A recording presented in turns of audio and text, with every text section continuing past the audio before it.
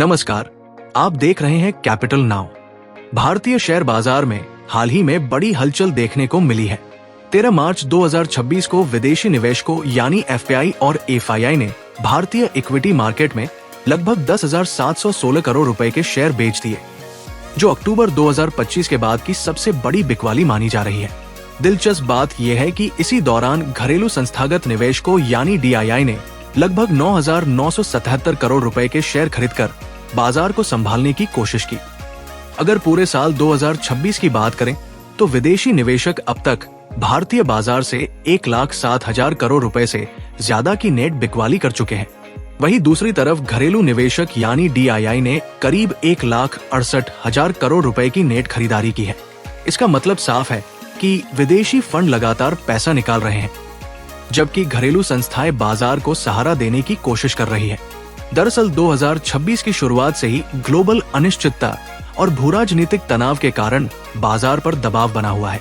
साल की शुरुआत से अब तक निफ्टी 11% से ज्यादा गिर चुका है, जबकि मिड कैप और स्मॉल कैप इंडेक्स में भी लगभग 10% की गिरावट देखने को मिली है।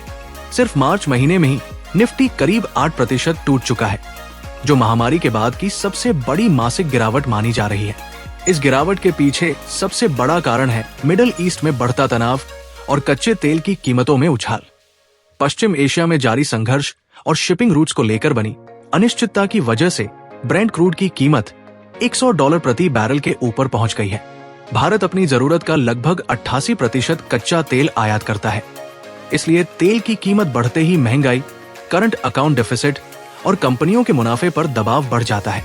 यही वजह है कि निवेशकों का भरोसा कमजोर पड़ा है और कई निवेशक इक्विटी से पैसा निकालकर सुरक्षित निवेश विकल्पों की तरफ बढ़ रहे हैं। इसी दबाव का असर भारतीय मुद्रा पर भी पड़ा है। हाल ही में भारतीय रुपया अमेरिकी डॉलर के मुकाबले 92.45 प्रति डॉलर के रिकॉर्ड निचले स्तर तक पहुंच गया। हालांकि बाजार में अत्यधिक उतार चढ़ाव को रोकने के लिए आरबीआई ने डॉलर बेचकर हस्तक्षेप भी किया, लेकिन अगर कच्चे तेल की कीमतें ऊंची बनी रहती हैं, तो रुपये पर दबाव जारी रह सकता है। अगर तकनीकी नजरिए से बाजार को देखें तो तस्वीर थोड़ी और कमजोर दिखाई देती है। 13 मार्च को निफ्टी गैप डाउन खुला और पूरे दिन गिरावट में ही रहा और अंत में करीब 2% गिरकर 23,151 के स्तर पर बंद हुआ। तकनीकी तौर पर यह कमजोरी इसलिए भी महत्वपूर्ण है क्योंकि निफ्टी जून 2022 के बाद पहली बार 100 वीक ईएमए के नीचे बंद हुआ है और फरवरी 2025 के बाद पहली बार 20 मंथ ईएमए के नीचे फिसल गया है। इसके अलावा मोमेंटम इंडिकेटर आरएसआई भी 25 के नीचे चला गया है, जो बाजार में मजबूत बेरिश मोमेंटम का संकेत देता है। सेक्टोरल इंडेक्स की बात करें तो लगभग सभी सेक्टर्स गिरावट में बंद हुए। सबसे ज्यादा गिरावट निफ्टी मेटल इंडेक्स में करीब 4.8% की देखने को मिली। इसके अलावा पीएसयू बैंक और डिफेंस सेक्टर भी 3.5% से ज्यादा गिर गए। हालांकि कुछ डिफेंसिव स्टॉक्स जैसे HUL और टाटा कंज्यूमर में थोड़ी मजबूती जरूर देखने को मिली। मिड कैप और स्मॉल कैप इंडेक्स की स्थिति भी फिलहाल कमजोर बनी हुई है। मिड कैप इंडेक्स अपने महत्वपूर्ण सपोर्ट जोन के करीब पहुंच चुका है और अगर यहां से नीचे ब्रेकडाउन होता है तो गिरावट और तेज हो सकती है। इसी तरह स्मॉल कैप इंडेक्स भी अपने अहम सपोर्ट लेवल के आसपास ट्रेड कर रहा है। अब सवाल यह है कि आने वाले समय में बाजार किस दिशा में जाएगा। एक्सपर्ट्स के मुताबिक बाजार की आगे की चाल 3 मुख्य फैक्टर्स पर निर्भर करेगी। पहला, पश्चिम एशिया में चल रहा भूराजनीतिक तनाव, दूसरा कच्चे तेल की कीमतों में उतार चढ़ाव और तीसरा विदेशी निवेशकों यानी एफआईआई का रुख।